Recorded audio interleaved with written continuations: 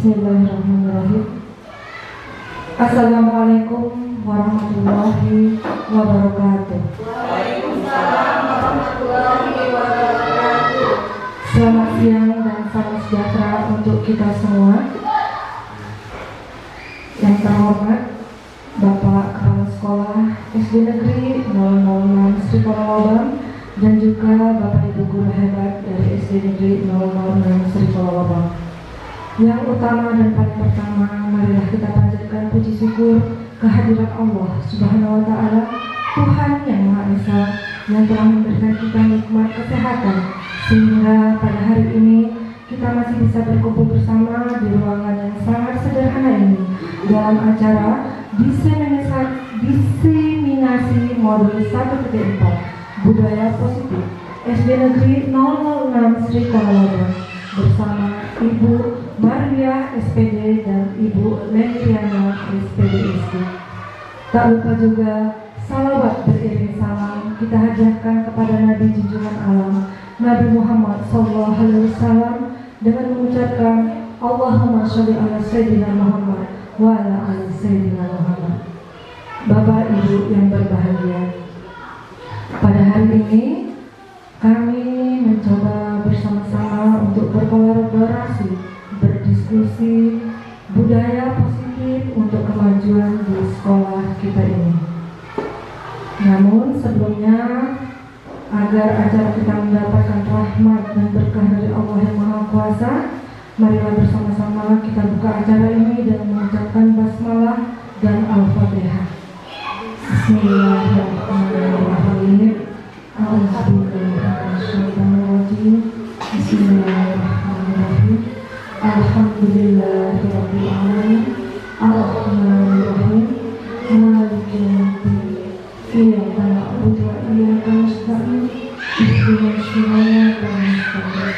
Siratal ladzina an'amta 'alaihim ghairil maghdubi 'alaihim waladdallin. Semoga apa yang kita kerjakan hari ini mendapatkan rahmat hidayah dan tentu saja bermanfaat untuk budaya positif di sekolah kita ini. Bapak Ibu. Baik, Bismillahirrahmanirrahim. Assalamualaikum warahmatullahi wabarakatuh. Waalaikumsalam warahmatullahi wabarakatuh. Selamat siang dan salam sejahtera untuk kita semua. Yang saya hormati Bu Maria dan Bu Leni Liana sebagai calon guru penggerak yang insya Allah nanti jadi guru penggerak, beserta rekan-rekan guru di SD Negeri 006 menerima materi tentang diseminasi budaya positif. Tak lupa pula salawat dan salam kita hadiahkan kepada junjungan kita Nabi besar Muhammad SAW yang telah membawa kita dari zaman kebutuhan sampai kepada zaman yang sekarang ini yang multi kompleks serba ilmu pengetahuan, yang insya Allah tuntunan dari beliau bisa kita terapkan sampai ke anak cucu sehingga kita termasuk dalam golongan umat yang mendapat syafaat dari beliau yang masa kelak. Bapak Ibu yang terhormat, pada hari ini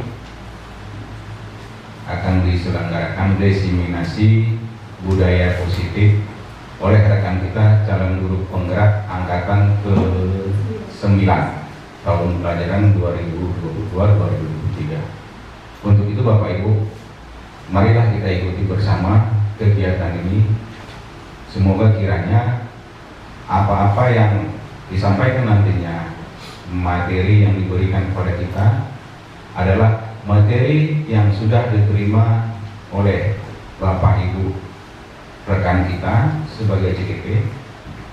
Mereka menularkan kepada kita, mereka mentransfer kepada kita semua. Mudah-mudahan transferan ini dapat kita aplikasikan, dapat kita implementasikan dalam kegiatan kita di sekolah ini sebagai tenaga pendidik dan tenaga pengajar. Tetap kita berharap semoga ini nanti mendapat ridho dari Allah Subhanahu wa Ta'ala dan sebagai ladang ibadah untuk terkhusus rekan kita CGP dan untuk kita semua.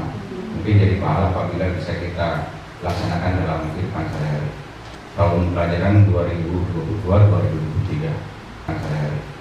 Dalam hal ini Bapak Ibu, jika ada hal yang berkenan, yang kurang jelas, yang kurang bisa dipahami, mari sama-sama nanti kita diskusikan bersama narasumber kita yang ada. Mereka ini adalah calon-calon guru hebat, bahkan sudah guru hebat. Ya, saya mohon di sini karena ada yang sudah lulus, Pak Ari Anggara, kiranya dapat membantu memediasi ya dan memfasilitasi sebagai pencerahan untuk forum ini. Saya rasa tidak banyak kata yang bisa sampaikan karena mengingat waktu juga. Dengan ucapan basmalah, kegiatan diseminasi budaya positif CGP Angkatan ke-9 tahun 2023 saya nyatakan dimulai. Billahi taufiq wal hidayah. Assalamualaikum warahmatullahi wabarakatuh. Kami ucapkan kepada Bapak Kepala Sekolah yang selalu memberikan dukungan dan kritik yang membangun untuk menguatkan kami menjalani program guru penggerak ini. Di sini kami diberi kesempatan belajar dan belajar bukan merasa lebih pintar dari teman-teman, tetapi mendapatkan kesempatan untuk belajar lebih awal. Namun juga di sini tetap membutuhkan bantuan teman-teman, motivasi dan juga kritik yang sangat membangun. Karena di sini tujuannya bukan hanya untuk diri pribadi, yang pasti untuk peserta didik kita ke depannya.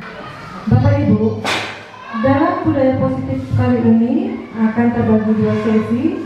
Sesi pertama akan dipandu oleh rekan saya, Ibu Maria SPD. Kepada Ibu dipersilahkan.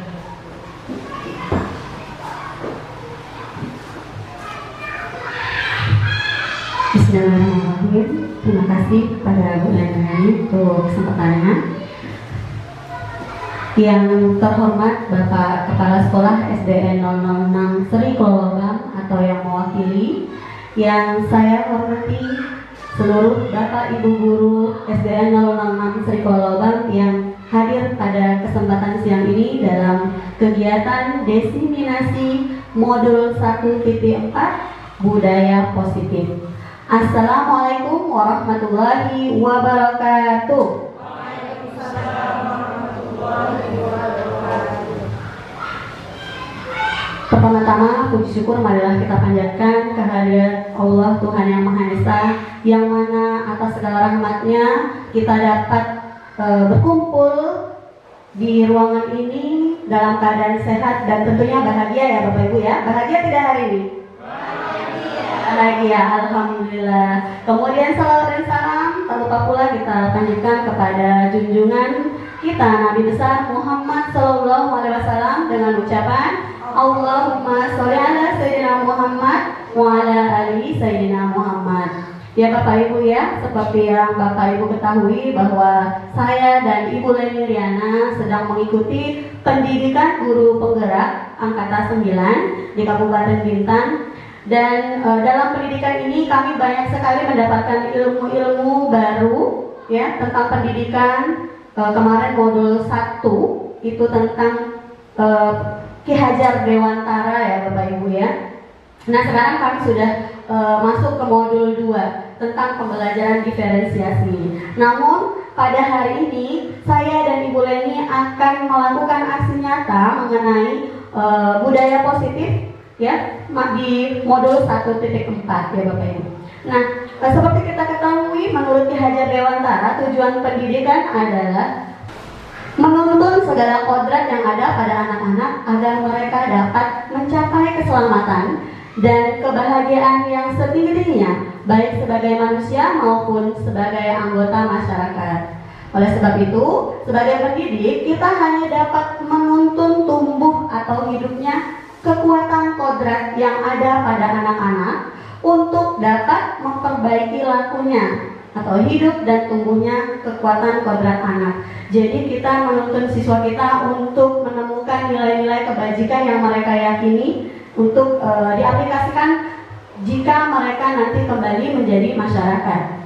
Oke, nah untuk tadi dapat menumbuhkan kodrat mereka tadi atau menumbuhkan laku nilai-nilai positif tadi, kita bisa melakukan budaya positif atau menerapkan budaya positif di lingkungan sekolah kita ya Bapak Ibu. Nah, budaya positif itu sendiri apa sih? Ya, budaya positif yaitu nilai dan kebiasaan di sekolah yang berpihak pada murid agar mereka dapat berkembang menjadi pribadi yang kritis, penuh hormat dan bertanggung jawab sesuai dengan profil pelajar Pancasila. Seperti kita ketahui Bapak Ibu bahwa profil pelajar Pancasila memiliki 6 dimensi ya, nilai-nilai kebajikan yang perlu dikembangkan, ada berakhlak mulia, kemudian bergotong royong, beriman kepada Tuhan Yang Maha Esa, mandiri, kemudian kreatif ya Bapak Ibu. Nah, hal itu bisa kita tumbuhkan tadi dengan budaya positif yang sudah kita lakukan di sekolah. Di antaranya ada kegiatan ekstrakurikuler ya Bapak Ibu ya. Ekskul kita itu ada ekskul tari, kemudian kompang, dan juga drum band. Nah, drum band itu bisa menumbuhkan sikap mandiri, tanggung jawab, kemudian disiplin ya. Kemudian ada juga gerakan literasi Bapak Ibu, di mana kita sudah memiliki jadwal kunjungan wajib membaca di perpustakaan setiap harinya. Nah, itu juga dapat menumbuhkan budaya positif pada siswa kita. Kemudian yang biasa mungkin saya yakin Bapak Ibu sudah lakukan juga di sekolah, di kelas-kelas Bapak Ibu masing-masing, di setiap awal dan akhir pembelajaran, di mana pastinya kita akan awali pertama dengan doa ya Bapak Ibu, kemudian membaca surah-surah pendek, dan juga dengan menyanyikan lagu wajib nasional. Maka itu juga dapat menumbuhkan rasa nasionalisme pada siswa kita. Oke. Nah, bagaimana kita upaya kita dalam menerapkan budaya positif? Di sana ada 7 paradigma perubahan. Yang pertama adalah perubahan paradigma belajar. Kemudian yang kedua disiplin positif. Yang ketiga kebutuhan dasar manusia. Kemudian yang keempat motivasi perilaku manusia. Kemudian yang kelima itu ada restitusi atau posisi kontrol guru. Selanjutnya ada keyakinan kelas, dan yang terakhir ada segitiga restitusi. Nah, kita bahas satu persatu ya Bapak Ibu tentang perubahan paradigma belajar. Pastinya untuk membangun budaya positif, nah kita harus menyediakan lingkungan belajar yang positif juga, yang siswa kita akan merasa aman dan nyaman, sehingga mereka bisa berpikir, bertindak, dan mencipta dengan merdeka, mandiri, dan bertanggung jawab. Jadi kita yang harus memfasilitasi itu untuk siswa kita supaya tumbuh tadi nilai-nilai positif dalam diri mereka. Nah, tentunya disiplin ini sangat berkaitan dengan kontrol kita sebagai guru kepada siswa. Ya Bapak Ibu, di sini ada sebuah narasi supaya agak seru. Kita coba bermain peran ya Bapak Ibu. Siapa yang bersedia jadi volunteer membantu saya di sini? Kita ada perannya, ada yang menjadi Ibu A, Ibu Guru A atau Bapak A. Satu lagi ada yang jadi Ibu B atau Bapak Guru B. Siapa Bapak Ibu? 2 orang. Ayo. Siapa ya? Ya, terima kasih Bu Mona Lisa dan Bu Ayu. Silakan. Bu Ayu mau jadi guru A atau B? Guru A. Bu Ayu jadi guru A. Guru A itu yang mengepalkan tangannya, Mbak. Ya. Jadi Bu Ayu sepertinya memiliki sesuatu yang berharga di sini, Bu Ayu ya. Dipertahankan. Bagaimana cara Ibu mempertahankan? Sedangkan Bu Mona otomatis jadi guru B ya, Bu Mona ya. Nah, guru B perannya adalah bagaimana Ibu berusaha dengan segala upaya, boleh memarahi atau merayu atau membujuk dengan iming-iming supaya Bu Ayu mau buka kepalan tangannya. Oke, Bu Mona, sudah paham ya?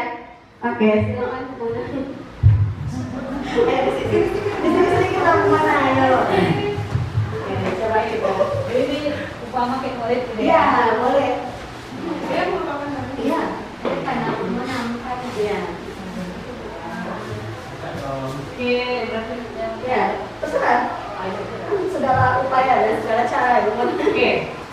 Ayu, biasanya tangannya cantik ya. Tapi kenapa dikepal ya? Ya. Mau membuka atau tidak itu terserah Bu Ayu. Karena ada sesuatu Bu. Boleh nggak Ibu tahu? Apa sih yang dirahasiakan oleh Ayu? Sepertinya saya tidak bisa memberitahukan Ibu. Ibu penasaran deh. Oh, kalau Ibu pegang gini satu boleh nggak? Tidak boleh Bu, karena saya sudah bilang ini tidak boleh diberitahukan oleh siapapun. Kalau sama guru yang lain boleh.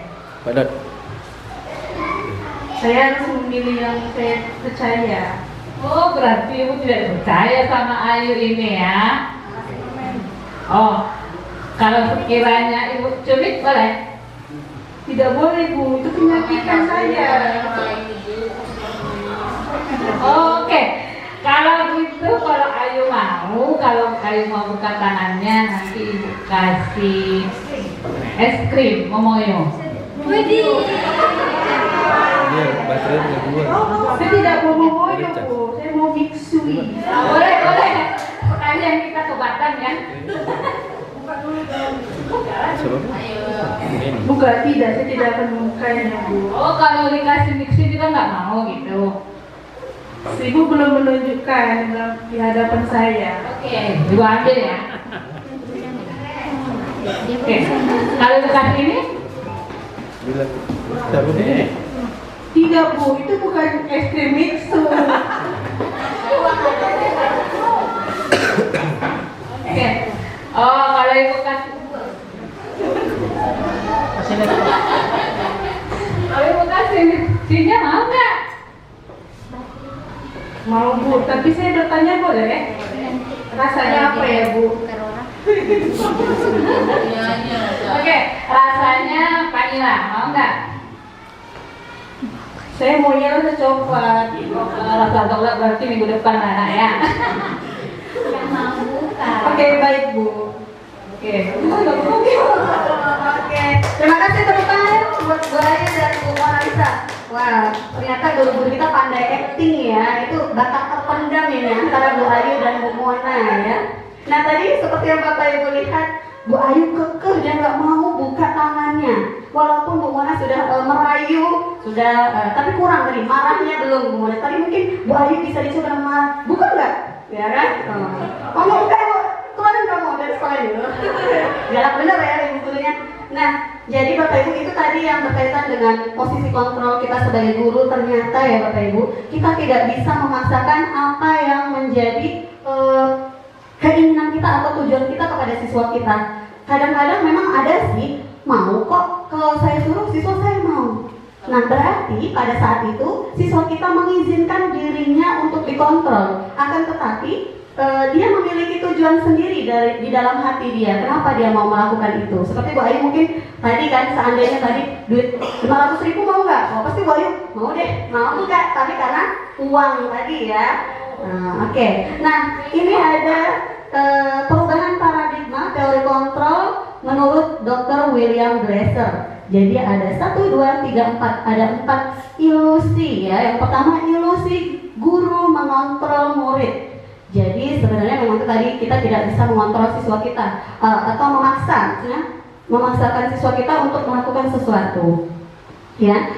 Tadi kalau dia mau, seperti yang sudah dicontohkan oleh Bu Mona sama Bu Ayu tadi, ya kalau dia mau itu pasti karena tujuannya ada sesuatu yang lain.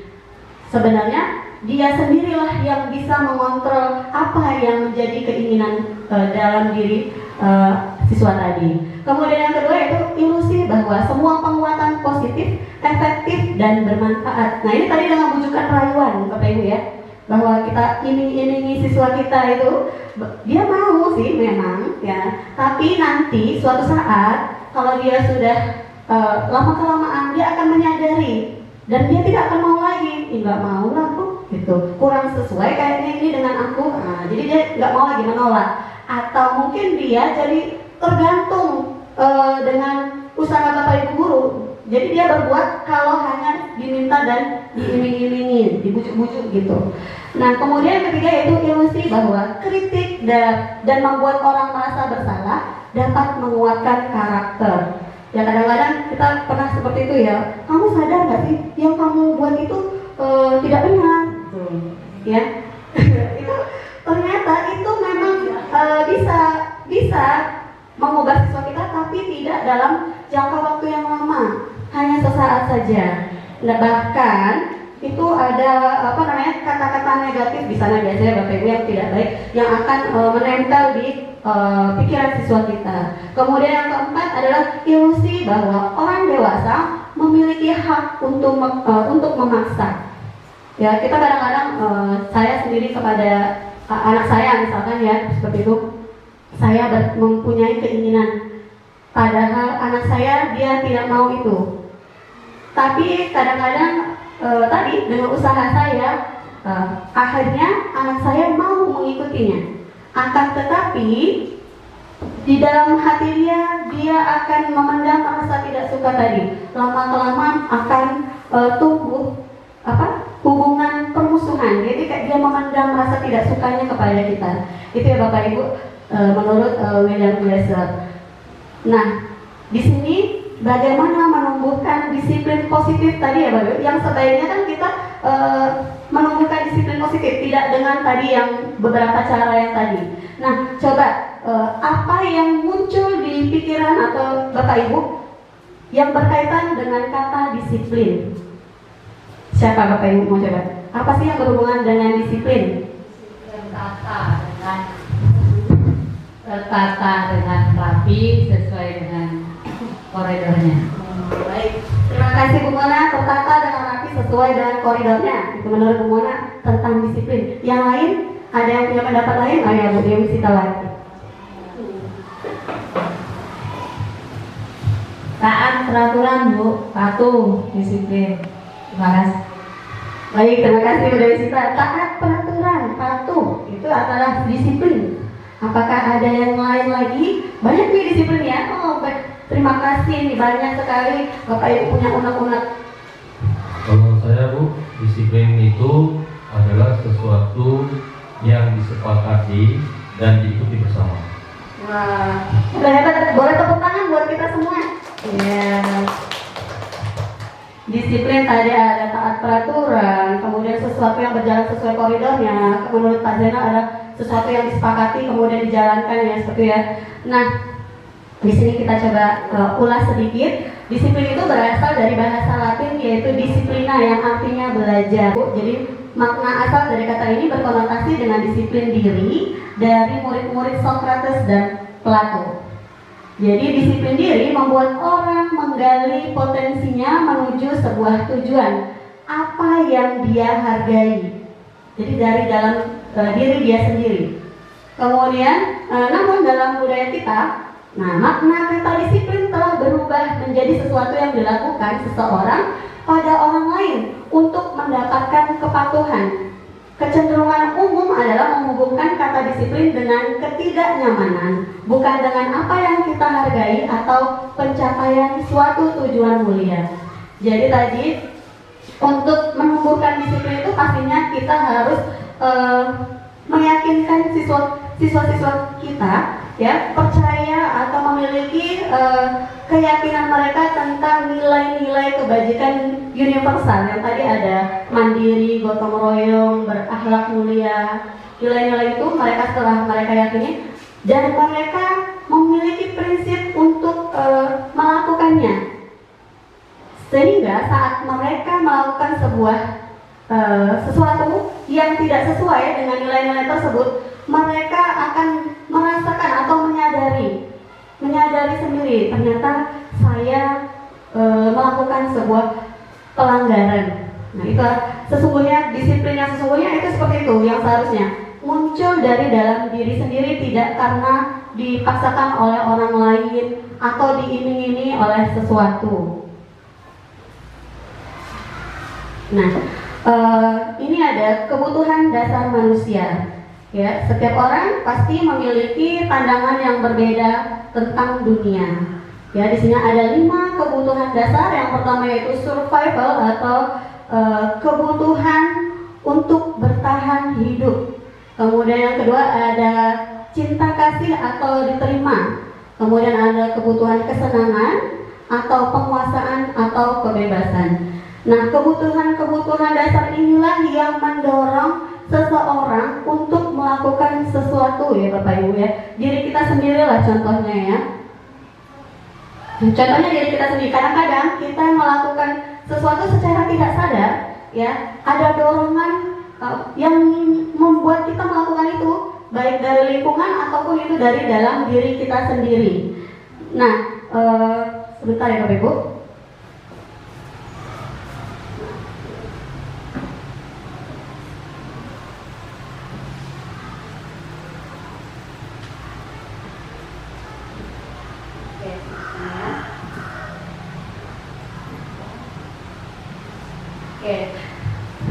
Nah, kebutuhan dasar untuk hidup itu contohnya seperti kadang-kadang kita melihat siswa kita ya Bapak Ibu, dia kok usil sama temannya. Nah, dia suka gangguin temannya. Kira-kira kebutuhan dasar apa yang tidak terpenuhi dalam dirinya? Nah, untuk kita mengetahui itu pasti kita adakan diskusi, kita bertanya. Kira-kira kenapa kamu melakukan hal ini? Dari sanalah baru kita dapatkan kira-kira dari 5 kebutuhan dasar ini mana yang menjadi atau mendorong siswa tersebut melakukan hal tersebut. Oke, coba tuh ini. Maju boleh.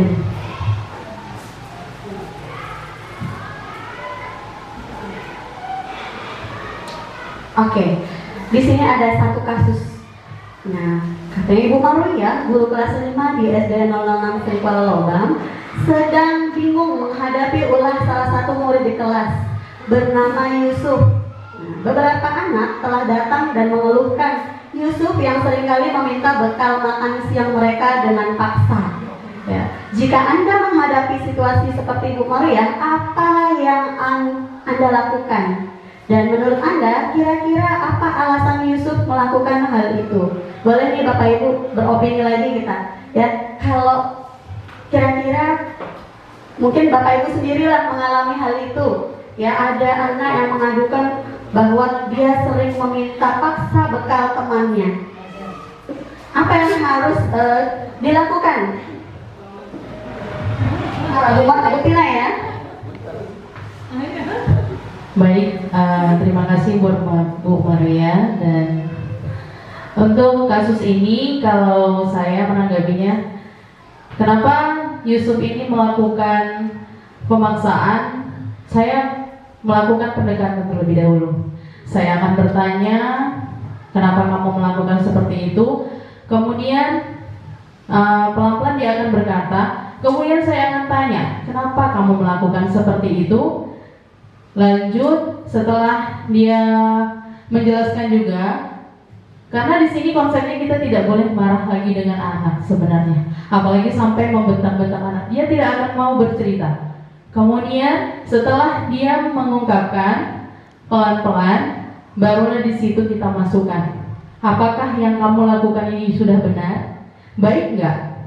Terus kembalikan ke dirinya. Kalau kamu di posisi ini, kamu mau nggak kalau teman kamu balik untuk meminta maksa bekal kamu di ini, diminta kembali? Itu sih kalau saya lakukan. Kemudian setelah saya balikan posisi ke dia, saya menyadarkan bahwa itu hal tidak baik. Saya suruh dia untuk meminta maaf kepada temannya. Terima kasih. Oke, tepuk tangan buat Bu. Wah, ternyata Bu Tina sudah sedikit memahami segitiga restitusi ya, hampir. Nanti ada pembahasannya tentang segitiga restitusi. Mungkin ada yang lain selain Bu Tina? Ya, Bu Leni Riana ya. Nah, di sini yang dilakukan Yusuf ini meminta bekal temannya secara paksa. Di sini menunjukkan bahwa ada satu kebutuhan dasar yang tidak dia dapatkan atau yang tidak terpenuhi. Contohnya kebutuhan dasarnya itu tentang kesenangan. Dia senang sekali mengganggu temannya. Dengan temannya merasa terganggu, ada kepuasan tersendiri.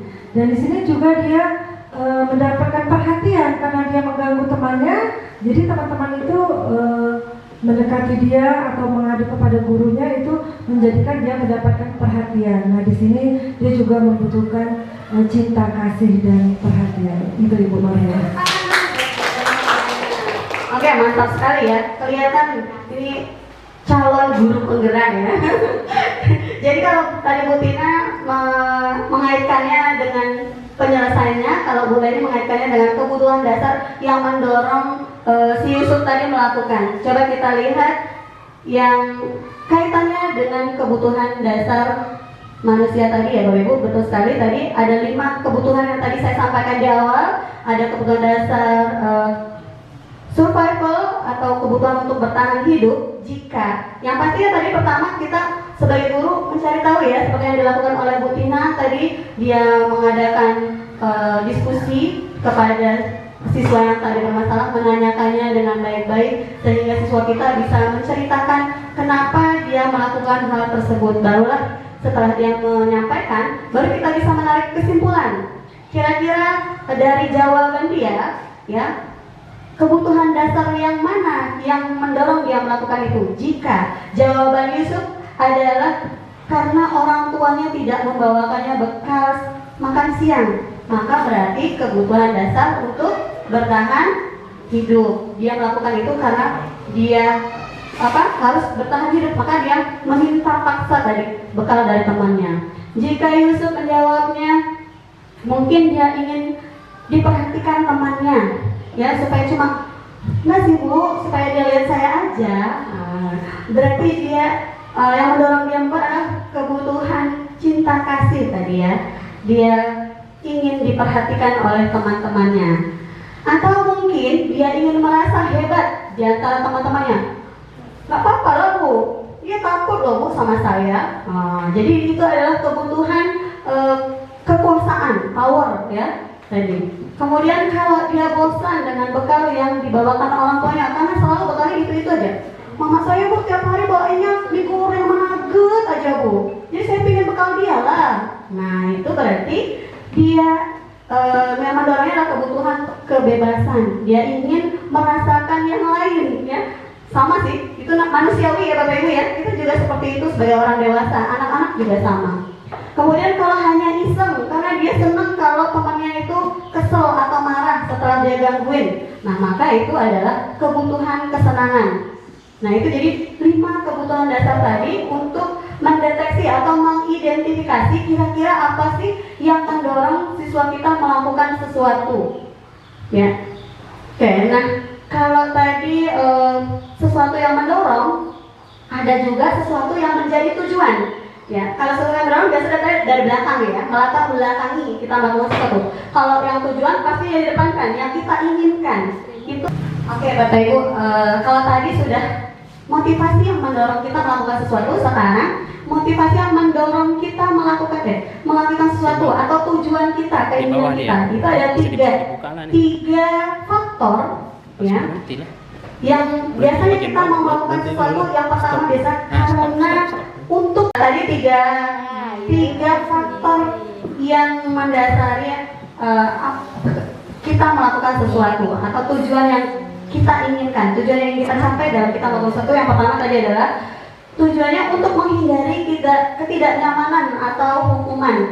Nah, jika ini yang dilakukan kita atau siswa saya kita, maka ini masih merupakan motivasi eksternal. Jadi kita mau melakukan sesuatu hanya karena kita tidak mau dihukum atau tidak dapat hukuman. Misalnya Bapak Ibu yang coba saya tanya, kenapa kira-kira Bapak Ibu datang ke sekolah sebelum jam 7.30 ya Bapak? Takut absen terlambat. Iya, takut absen terlambat kata Pak Min ya. Coba kalau kira-kira kalau Pak Dodi, kenapa Pak Dodi mau ikut kegiatan pada siang hari ini, kok mau berada di ruangan ini? Support kegiatan kawan-kawan. Wah, ini motivasinya udah motivasi internal nih Pak Dodi nih ya. Udah motivasi yang ketiga. Kalau Pak Min tadi katanya supaya tidak terlambat absen, ternyata itu masih motivasi yang pertama, menghindari ketidaknyamanan. Kalau kita terlambat ke sekolah, pasti kita merasa kita tidak nyaman ya Pak Min ya. Nah itu, jadi kalau tidak ada hukuman atau tidak ada akibat dari kita melakukan itu, maka kita jadi tidak mau. Ya, kalau tidak nggak apa-apa, misalnya kita tidak ada absen online gitu, ya udah kita datangnya setelah 7.30 juga tidak apa-apa. Ya itu kalau motivasinya masih motivasi eksternal. Nah ada lagi motivasi eksternal juga yang kedua, yaitu untuk mendapatkan imbalan dari orang lain ataupun institusi. Mungkin misalkan coba Pak Anjas, contohnya untuk motivasi kita melakukan sesuatu karena kita ingin mendapatkan imbalan dari orang lain atau dari instansi. Contohnya apa ya Pak? Kasih dibungkus. Katanya iya Bapak Ibu ya, biasanya kita mau nunjukin sama kepala sekolah, aku datangnya rajin ke sekolah biar nanti aku dapat piala atau aku dapat sertifikat bahwa aku guru yang terrajin gitu. Oh cuti, oke. Itu untuk mendapatkan imbalan tadi ya, dari lain. Ternyata itu juga masih motivasi eksternal. Kalau nggak dikasih iming-iming, kita nggak mau melakukannya. Gitu. Jadi kita hanya mau melakukan kalau ada dikasih, ada yang kita pengen. Nah, yang luar biasa tadi seperti yang Pak Dodi ya, ingin mensupport kegiatan teman-teman, gitu ya. Itu bagus sekali. Itu sudah merupakan motivasi internal ya. Berarti Pak Dodi tadi sudah memiliki disiplin positif di dalam dirinya, ya. Dia melakukan sesuatu karena dia menghargai nilai-nilai yang ada pada dirinya. Tadi nilainya berarti apa? Apa Pak ya? Sportivitas ya? Mendukung kegiatan teman tadi ya. Oke, nah ini sini ada kasus Bapak Ibu. Kita bagaimana untuk mengetahui hukuman, sanksi atau konsekuensi. Saya mau minta Bapak Ibu tulis. Orang ya boleh.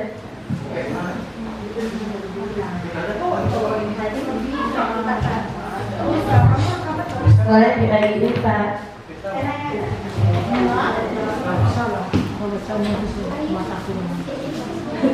Dan jangan tunggu nulis dulu Bu.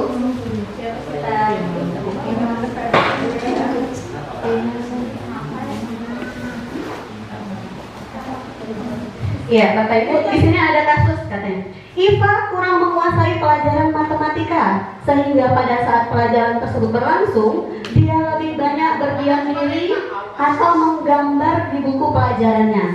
Pada saat guru matematikanya Pak Seno menanyakan pertanyaan, Iva menjadi gugup dan tak sengaja menjatuhkan tasnya dari kursi, serta tiba-tiba menjadi gagap pada saat berupaya menjawab. Seluruh kelas pun tertawa melihat perilaku Iva yang bicara tergagap dan terkejut tersebut. Pak Seno pada saat itu membiarkan teman-teman Iva menertawakan Iva yang tergagap dan malu luar biasa, dan malahan minta Iva untuk maju ke depan dan berdiri di depan kelas sambil menunjuk hidungnya karena tidak bisa menjawab pertanyaan Pak Seno. Akhirnya kelasnya makin gaduh dan anak-anak pun tertawa melihat Iva di depan kelas memegang ujung hidungnya. Nah, berdasarkan kasus ini, apakah Anda setuju dengan tindakan Pak Seno terhadap Iva? Setuju atau tidak? Kemudian kenapa? Kalau setuju kenapa? Kalau tidak setuju kenapa? Kemudian yang kedua, menurut Anda, tindakan Pak Seno terhadap Iva adalah sebuah hukuman atau konsekuensi? Juga mengapa? Jadi kalau hukum itu bawa hukuman, kenapa ya? Karena Pak Seno apa? Silakan Bapak Ibu ditulis boleh, atau langsung jawab juga boleh. Ada yang punya tanggapan? Oke, Bu Tina. Baik, terima kasih Bu. Kalau saya di poin pertama saya tidak setuju karena sikap Pak Seno itu membuat gaduh suasana belajar sehingga bisa jadi kita tidak tahu mental anak ini gimana ya setelah dia dapat ejekan tertawakan oleh teman-temannya. Kemudian menurut saya sebaiknya Pak Seno tidak berperilaku seperti itu karena itu anak-anak termasuk dalam kategori menghukum ya, apalagi sampai ditertawakan oleh teman-temannya. Terima kasih Pak. Oke, tentang buat Bu Tina. Ya baik, bagus sekali ya tadi. Tidak setuju dengan perbuatan Pak Seno karena itu seperti sebuah hukuman ya, mempermalukan siswa di depan kelas ya, akan berefek tidak baik juga untuk mental si IPA tadi ya Bapak Ibu ya. Ya Bapak Ibu di sini memang sudah luar biasa, udah hebat semua. Kalau nggak ada di sini ya Bapak Ibu ya. Oke, kemudian boleh Bu? Nah, di sini tadi ada identitas gagal dan identitas sukses ya. Tadi apa sih itu hukuman, konsekuensi, dan restitusi. Jadi jika kita mendapati suatu siswa kita melakukan pelanggaran, mana sih yang seharusnya kita terapkan kepada siswa kita di antara 3 hal ini ya. Ada hukuman, konsekuensi, dan restitusi. Jadi kata-kata yang biasanya kita ucapkan saat kita berdiskusi dengan siswa kita yang melakukan pelanggaran. Kalau hukuman itu biasanya lebih membuat siswa kita menjadi tidak nyaman, ya. Kemudian kalau konsekuensi, dia untuk jangka waktu pendek dia nyaman, tapi jangka waktu pendek saja, tidak untuk jangka waktu panjang. Sedangkan restitusi menguatkan untuk murid dalam waktu panjang. Jadi yang sebaiknya itu kita merestitusi siswa kita. Nah, nanti bagaimana tata cara merestitusi siswa nanti akan disampaikan oleh Bu Reni Riana. Di sana juga kalau hukuman itu korban mendapatkan keadilan, sedangkan konsekuensi korban bisa diabaikan. Kalau restitusi korban mendapatkan ganti. Seperti kemarin yang kita lakukan, misalkan ada 2 anak berkelahi, kemudian tarik-tarikan kancing baju, kancing bajunya lepas. Nah, bagaimana kita merestitusi siswa tersebut? Kita panggil, kemudian kita menanyakan keyakinan apa yang mereka yakini, tadi nilai-nilai tadi, kemudian usaha atau solusi yang akan mereka lakukan untuk memperbaiki itu pun datang dari diri mereka sendiri. Kita hanya mengajukan pertanyaan, seperti memfasilitasi mereka untuk menemukan solusi itu. Jadi misalkan kira-kira biasanya kita buat keyakinan kelas dulu ya Bapak Ibu di kelas kita, untuk hal-hal yang harus dilakukan siswa, mana yang baik dan mana yang harus dihindari, seperti itu. Jadi apakah sesuai yang kamu lakukan dengan keyakinan kelas kita? Kalau memang melanggar, mereka ya Bu belum sesuai. Nah, jika tidak sesuai, apa yang harus kamu lakukan untuk memperbaikinya? Biasanya di awal untuk memperbaiki pasti karena tadi dia melepaskan kancing baju temannya, ya dia akan menjadikan kancing baju temannya tersebut. Jadi sebagai korban tergantikanlah kerugiannya dari Bapak Ibu, itu jika restitusi. Oke, kita mau berlatih ya. Coba Bu. Bukan Bu, ke depan Bu. Berlatih mengenai konsekuensi hukuman. Ini Bapak Ibu. Tadi kan kertasnya masih ada ya Bu. Kertasnya masih ada. Di sini ada 1, 2, 3, 4, 5, 6, 7. Nah, dari 7 ini mana yang hukuman, mana yang konsekuensi, dan mana yang restitusi? Ya. Yang pertama tadi, lari mengelilingi lapangan basket 2 kali karena terlambat hadir di sekolah. Hukuman. Setuju hukuman ya Bapak Ibu ya. Nanti kita lihat jawabannya ya. Kita kumpulkan. Boleh juga ditulis di kertasnya Bapak Ibu ya. Yang kedua, membersihkan coretan yang dibuatnya di meja tulis. Konsekuensi. Oke, baik. Yang ketiga, murid diminta untuk push up 15 kali karena tidak menggunakan masker ke sekolah. Hukuman. Oke. Kemudian menggantikan kertas tugas teman yang telah dicoret-coret. Restitusi. Oke. Berjemur di lapangan basket pukul 12.00 siang karena mengobrol dengan teman. Hukuman. Berikutnya, murid diminta bertelanjang kaki sepanjang hari karena tidak menggunakan sepatu warna hitam sesuai peraturan sekolah. Hukuman. Ada yang lain? Restitusi. Konsekuensi. Oke, konsekuensi ya, yang nomor 6 ya. Yang terakhir, berdiri di depan kelas sambil mengangkat 1 kaki karena tidak bisa menjawab pertanyaan. Apa Bapak Ibu? Hukuman. Oke, mari kita lihat apakah jawaban Bapak Ibu sesuai. 3, 2, 1. Siapa yang dapat 100? Yang benar semua Bapak Ibu?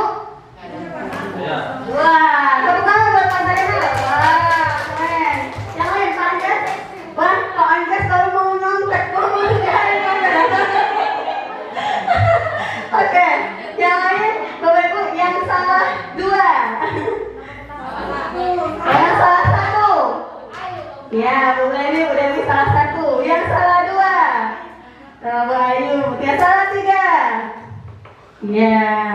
Tadi Pak Zainal ini salah. Oh, Pak benar semua ya, karena baru ngerjain. Pak Zainal luar biasa ya. Jadi sudah memahami apa itu hukuman, konsekuensi ataupun restitusi. Jadi tidak satu pun dari 7 itu adalah restitusi, ya, masih konsekuensi dan hukuman. Ya Bapak Ibu, saya rasa seru sekali hari ini. Terima kasih banyak Bapak Ibu sudah berpartisipasi secara aktif dalam kegiatan kami. Semoga apa yang kami sampaikan pada hari ini bisa memberikan manfaat untuk Bapak Ibu. Jika ada yang kurang atau tersalah dari ucapan dan perkataan saya mohon dimaafkan. Ya, sekian dari saya akhiri. Wabillahi taufiq wal hidayah. Wassalamualaikum warahmatullahi wabarakatuh.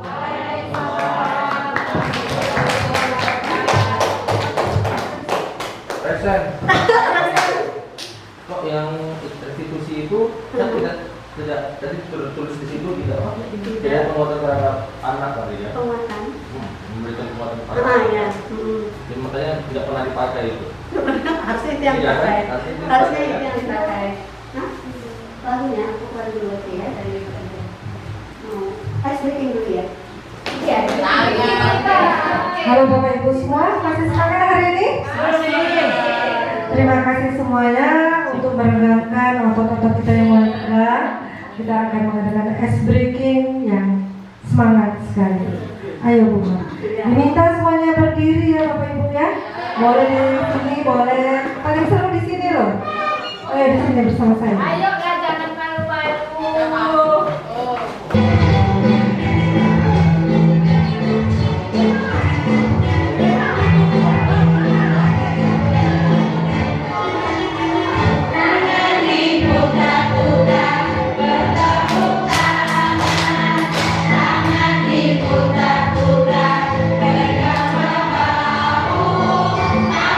Diputar-putar, pegang lalu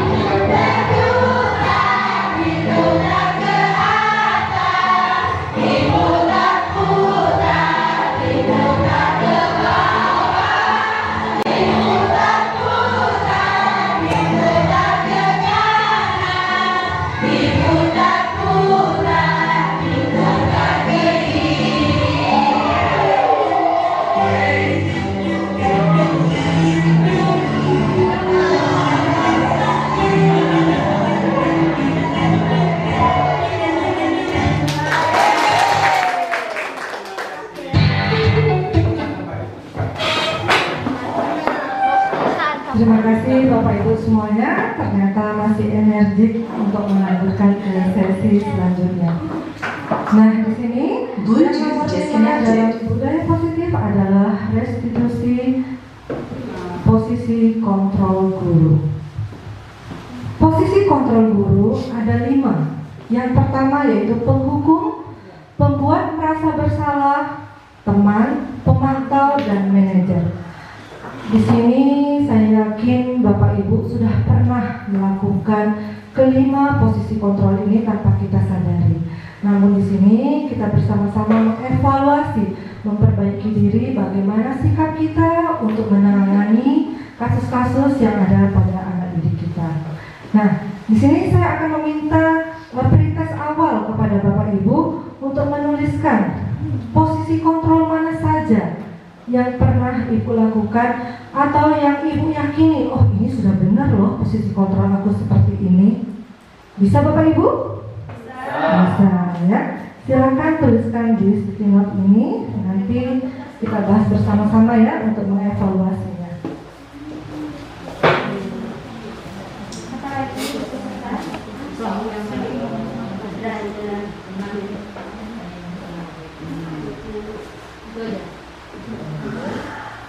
Ada 5 posisi kontrol guru, di mana yang Ibu yakini ini adalah saya sebagai guru menempatkan dirinya di posisi yang mana. Boleh salah satu, boleh 2 juga boleh. Nggak apa ya Ibu Maria? Nanti kita evaluasi bersama. Sudah Bapak Ibu? Nah, kalau sudah baru kita bahas yang selanjutnya. Silakan Ibu Maria.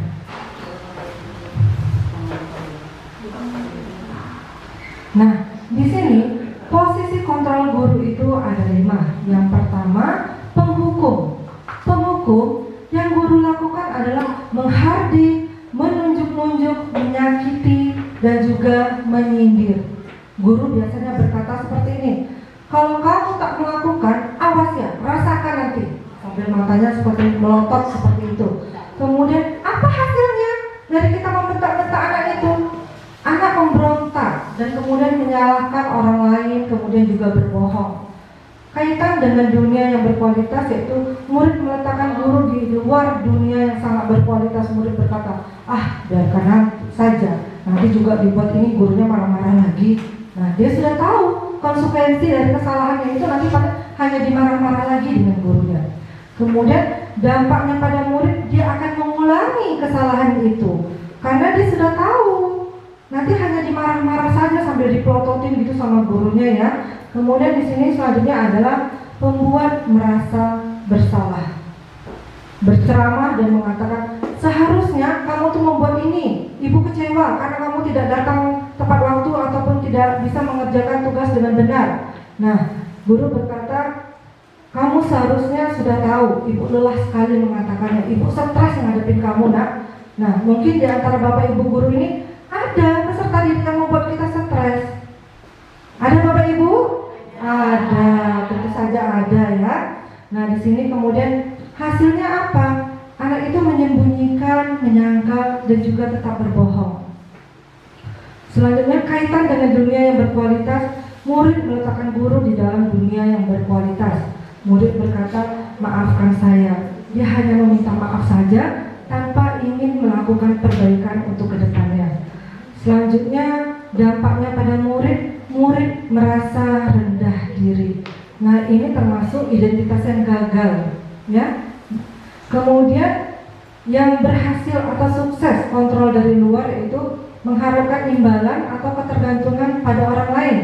Nah, di sini posisi kontrolnya adalah teman, membuat alasan-alasan untuk muridnya. Kata-katanya seperti ini, ayolah nak, lakukan kepada ibu ini, sapulah nak, nanti kalau guru agamanya masuk, kelas kita kotor marah, ibu Mona Lisa. Nah, jadi dia membersihkan kelas itu pada saat jam Mona Lisa saja.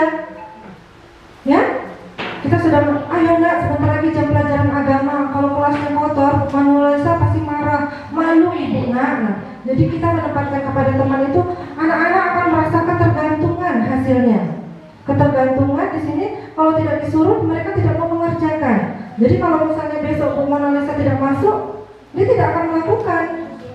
Nah, di sini kaitannya murid meletakkan guru sebagai orang yang sangat penting di dunia yang berkualitas. Murid berkata, saya pikir Bapak Ibu teman saya ternyata begitu. Sudah ngomong yang baik-baik, ternyata masih juga diceramahi. Nah, dampaknya pada murid menjadi lemah, tidak mandiri, dan tergantung. Selanjutnya di sini adalah posisi pemantau. Pemantau itu guru berbuat menghitung dan mengukur. Guru berkata, apa peraturannya? Contohnya seperti apa? Nah, ketika kita upacara bendera, anak-anak tidak datang tepat waktu, apa peraturannya? Dihukum di luar. Jadi itu tidak menyakiti. Itu tidak menyakiti, tapi itu juga salah. Jadi dia sudah tahu, nanti kalau terlambat paling saya tidak boleh masuk, nunggu di luar saja. Nah, jadi hasilnya memang dia bisa menyesuaikan diri bila diawasi saja. Contohnya ketika kita gotong royong misalnya, itu Bu Maruya datang tuh, dia pura-pura nyapu bersih. Ketika Bu Maruya berbaling badan, dia juga langsung meletakkan sapunya. Jadi dia melakukan sesuatu itu karena kita pantau, kita melihat pekerjaan dia. Ketika kita tidak lihat, dia tidak mau lagi mengulanginya. Dan ini terjadi hanya pada wali kelasnya saja. Ya kan Bapak Ibu? Nah, di sini kita bersama-sama sudah sering melakukan kepada peserta didik kita untuk menyuruh kelas 6, misalnya menyuruh guru kelas 1, Ibu Ayu atau Ibu Ira menyuruh anak kelas 6. Nah, tolong ya ini dikerjakan. Dia merasa itu bukan guru saya. Dia tidak mau, dia hanya mau disuruh dengan guru kelasnya, dipantau oleh guru kelasnya. Nah, di sini apa dampaknya? Menitik beratkan pada sanksi atau hadiah untuk dirinya. Jadi ketika dia melakukan sesuatu itu dilihat oleh gurunya, dia akan mendapatkan hadiah. Nah, tapi ketika gurunya sudah pergi, dia dan sudah mendapatkan hadiah itu, dia tidak mau lagi untuk melaksanakannya. Nah, di sini selanjutnya adalah identitas berhasil atau sukses kontrol diri ya, menghargai diri sendiri disebut posisi manajer. Sebagai seorang manajer, kita tidak boleh langsung hanya menuduh. Kita harus mengajukan beberapa pertanyaan-pertanyaan kepada peserta didik kita. Di sini guru akan berkata, apa yang kita yakini, apa yang bisa kamu kerjakan untuk memperbaiki masalah ini. Contohnya ketika anak itu terlambat datang hari Senin untuk mengikuti upacara, biarkan saja dia dulu masuk. Setelah dia masuk, selesai upacara kita panggil, "Nak, kenapa hari ini terlambat?" "Oh, saya kesiangan Bu, jam bekernya mati." "Oh, apakah tidak ada orang tua yang membangunkan?" Nah, jadi apa tindakan kita? Cek dahulu sebelum tidur apakah alarm kamu hidup. Kemudian ingatkan kembali kepada anggota rumah untuk membangunkan kamu tepat waktu, semoga tidak terlambat ke depannya. Nah, di sini untuk menguatkan pribadi hasilnya ya. Jadi anak itu ditanya, kemudian apa alasannya dia melakukan itu. Kemudian kita kembalikan lagi, apa tindakan kamu supaya hal ini tidak terjadi lagi. Selanjutnya, nih, bagaimana caranya saya bisa memperbaiki keadaan ini yang dari murid tadi ya. Jadi dia akan mengemukakan pendapatnya supaya tidak mengulanginya lagi. Mungkin dia tidur lebih awal, memasang alarm, kemudian berpesan kepada orang tua atau kakaknya untuk membangunkannya di awal pagi hari. Di sini dampaknya pada murid bisa mengevaluasi diri bagaimana cara untuk memperbaiki diri. Nah, di sini adalah sesungguhnya posisi yang tepat bagi seorang guru adalah posisi manajer. Selanjutnya Ibu. Nah, di sini adalah pernyataan. Saya kecewa sekali dengan kamu, Nak. Nah, itu membuat orang yang merasa bersalah. Ini siapa yang mengatakan? Ini gurunya yang mengatakan, saya kecewa sekali dengan kamu, Nak. Kemudian juga ada pernyataan, kamu tidak pernah benar melakukannya, salah terus setiap hari. Nah, di sini itu adalah posisi penghukum. Belum mendengarkan alasan anak didik kita mengapa dia melakukan kesalahan itu, kita sudah langsung menyatakan kamu tidak pernah benar. Padahal kemarin-kemarin dia sebenarnya pernah melakukan hal yang benar. Kemudian, ayolah lakukan demi ibu. Nah, ini posisi teman. Selanjutnya, apakah kamu mau mendapatkan stiker bintang hari ini? Itu pemantau. Jadi dia melaksanakan sesuatu itu karena kita pantau atau kita iming-imingi hadiah. Selanjutnya, bagaimana kamu bisa menyelesaikan masalah ini? Nah, ini adalah posisi guru sebagai manajer. Jadi dia memberikan solusi dan juga menanyakan tentang kesalahan yang dia sudah lakukan untuk dapat diperbaiki. Selanjutnya, kamu selalu yang paling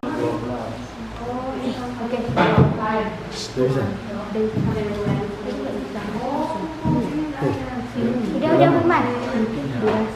Pas kapan? Durasi 75 menit.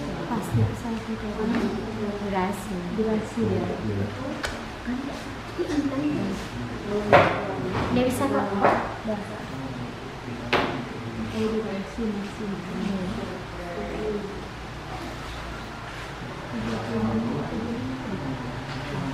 Absen.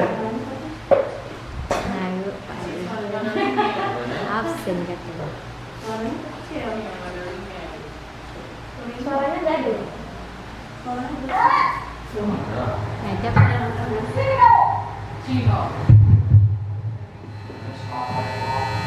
Selalu terlambat. Kamu deh, pasti terlambat. Maaf, saya Apa? Apa coba? Alasan kamu apa lagi? Kapan sih kamu tidak terlambat? Malas sekali ya kamu jadi anak. saya Dasar pemalas. Gak kapok-kapok sih kamu. Sudah berapa kali terlambat? Sana, kamu keliling lapangan basket 2 kali. kenapa saya harus keliling lapangan basket, Bu? Kenapa? Kamu melawan ibu. Berani-beraninya jawab. Sudah terlambat, masih berani jawab pula. Sekarang, keliling lapangan basket 5 kali sekalian. Biar kapok. Cepat. Pergi sana ke lapangan basket. Posisi pemukul biasanya berbicara dengan nada tinggi, menghakimi, menunjuk-nunjuk, menyakiti, dan menyindir. Hukuman bisa berupa fisik maupun psikis. Ibu dan bapak berkata, dampak yang terjadi pada murid ketika ibu berada pada posisi pemukul adalah murid cenderung akan memberontak, bahkan menyimpan dendam. Nah, jadi Bapak Ibu Guru tadi adalah contoh posisi kontrol sebagai penghukum. Jadinya murid itu menjadi memberontak kepada kita karena kita menanggapinya langsung dengan marah-marah. Selanjutnya posisi merasa bersalah.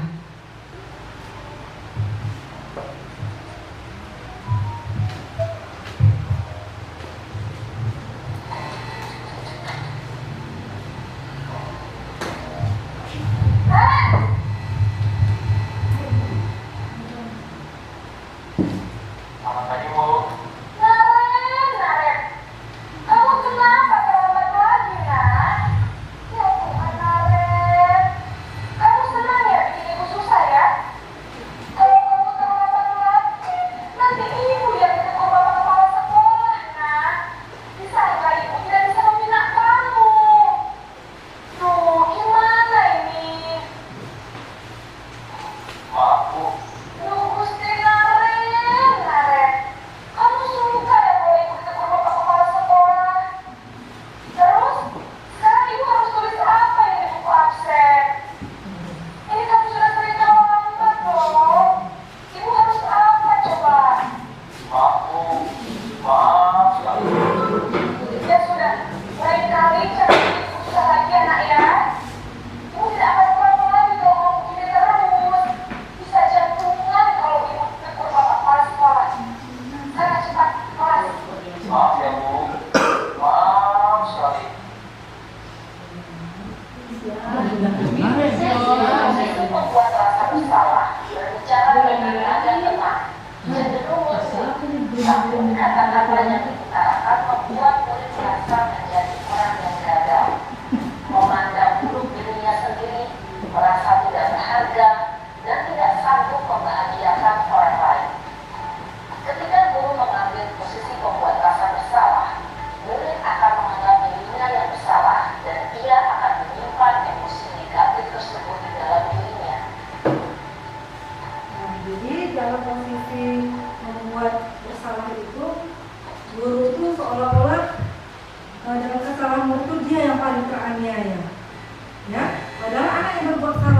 dia jadi serangan jantung seperti itu karena apa gitu. Ya Bapak Ibu ya, semoga di sini tidak ada yang serangan jantung ya. Selanjutnya serangan jantung posisi teman.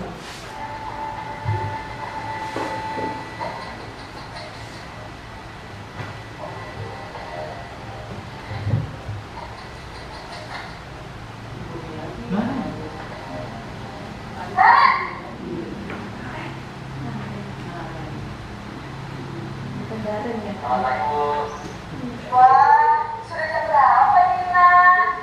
Terlambat lagi ya sayang. Iya Bu, habis ibu saya membangunkan saya Bu. Kamu malah menyalahkan ibu kamu. Kamu bukannya anak yang larinya paling kencang. Kok terlambat sih? Iya Bu, saya memang terlambat bangun tadi. Jadi biarpun saya kencang, tetap kena senja Bu. Ya sudah sana. Nanti lain kali larinya lebih kencang lagi ya. Biar gak terlambat lagi. Bikin senang ibu. Demi ibu. Sana? Bisa lah Bu. Ya sudah sana masuk kelas. Ibu beresin ujian kamu. Kamu ini ada-ada saja. Dalam posisi teman, guru berbicara dengan nada suara ramah, akrab, cenderung bersenda gurau untuk menjaga suasana tetap santai. Murid akan merasa senang, aman, dan akrab dengan guru. Identitas yang tercipta adalah identitas sukses atau berhasil. Namun, perlu diingat, karena ini masih dorongan eksternal, maka ada faktor ketergantungan dari murid kepada orang tertentu. Di sini, guru absennya, sehingga di lain waktu, murid bisa berperilaku baik, namun hanya kepada orang-orang tertentu saja. Nah, tadi itu adalah posisi sebagai teman ya Bapak Ibu ya. Di sini mungkin itu sepertinya Ibu Ayu, Ibu satu, Ibu Ira. Aduh Nek, kenapa bajunya kotor? Tadi makan apa di kantin? Nah seperti itu ya. Ya Ibu Ayu ya. Masih penuh dengan guru favorit. Guru favorit. Maksudnya? Ya. Posisi memantau. Nah, posisi pemantau ini atau posisi monitor ini kayaknya cocok untuk mewarnai. Kita saksikan sama-sama.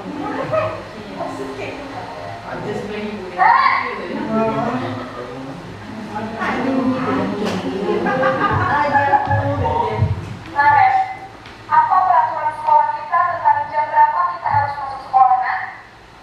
Kita harus di sekolah jam 7 Bu. Iya betul, sekarang sudah jam 7.20. Nares sudah tahu konsekuensinya jika terlambat hadir. Paham Bu, saya harus tinggal kelas pas jam istirahat selama 20 menit. Iya benar, konsekuensinya demikian. Jadi nanti jam 9.30 pas istirahat, kamu harus tinggal di kelas, kerjakan tugas tambahan untuk ketertinggalan kamu, ya? Baik Bu. Posisi pemantau mengandalkan penghitungan atau data untuk mengontrol murid. Guru mengarahkan murid berdasarkan peraturan dan konsekuensi. Seorang pemantau menunjukkan bahasa tubuh dan ekspresi wajah yang datar dan cenderung formal.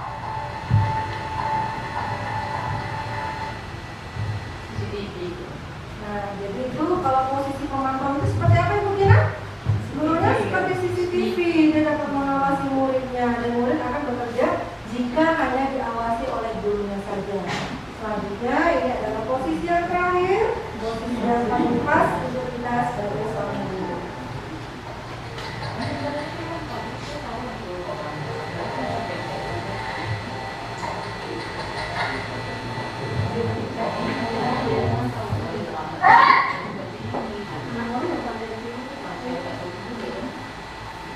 Selamat pagi Bu. Selamat pagi Nares. Maaf Bu, saya terlambat. Iya, sekolah masuknya jam 7, sekarang sudah jam 7.20. Ya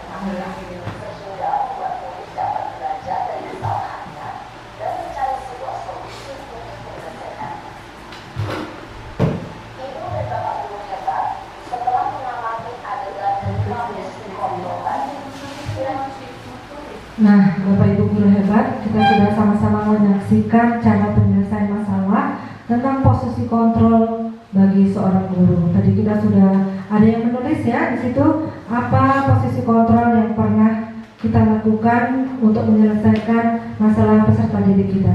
Ibu Ayu, posisi kontrol apa saja Bu yang pernah Ibu lakukan dengan peserta didik Ibu? Salah satunya adalah pemantau. Pemantau, bagus sekali Ibu. Ibu Mona Lisa? Oh teman, yakin Ibu berteman dengan Aidil? Nah, terima kasih Ibu. Untuk Pak Anjas, posisi mana yang Pak Anjas lakukan dan merasa nyaman untuk menjalankannya? Yang mana Pak Anjas? Pak Anjas juga posisi teman yang dia merasa dia lebih nyaman untuk melakukannya. Bagaimana dengan Pak Zainal, posisi apa Pak? Kalau saya Bu, tergantung anaknya. Tergantung anaknya. Ada teman, ada pemantau, ada enggak. Iya, karena setiap anak itu unik ya Pak ya, memiliki karakteristik yang berbeda-beda. Ibu Serdauli, posisi mana Ibu yang membuat Ibu nyaman? Yang mana sih Pak Edi? Sebagai teman. Sebagai teman ya, teman Aidil juga Ibu ya.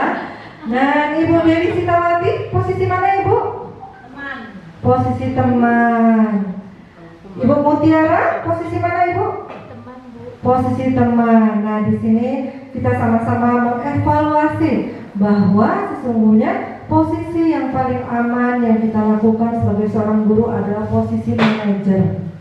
Nah, itu adalah posisi utama dari seorang guru. Dia yang bisa mengendalikan anaknya dengan memberikan kebebasan anak itu untuk mengeluarkan pendapatnya, apa tindakan yang seharusnya dia lakukan, kemudian alasan-alasan dia melakukan itu semua. Jadi untuk kedepannya kita bersama-sama belajar untuk menempatkan diri kita sebagai manajer bagi peserta didik kita.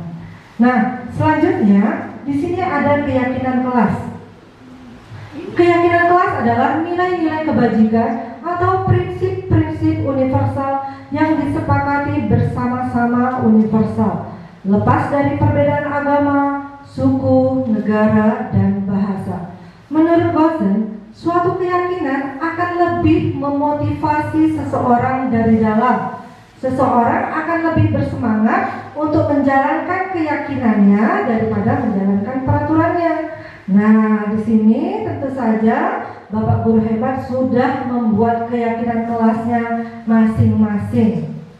Saya percaya pasti sudah punya keyakinan kelasnya masing-masing. Ibu Maria, apakah sudah membuat keyakinan kelasnya?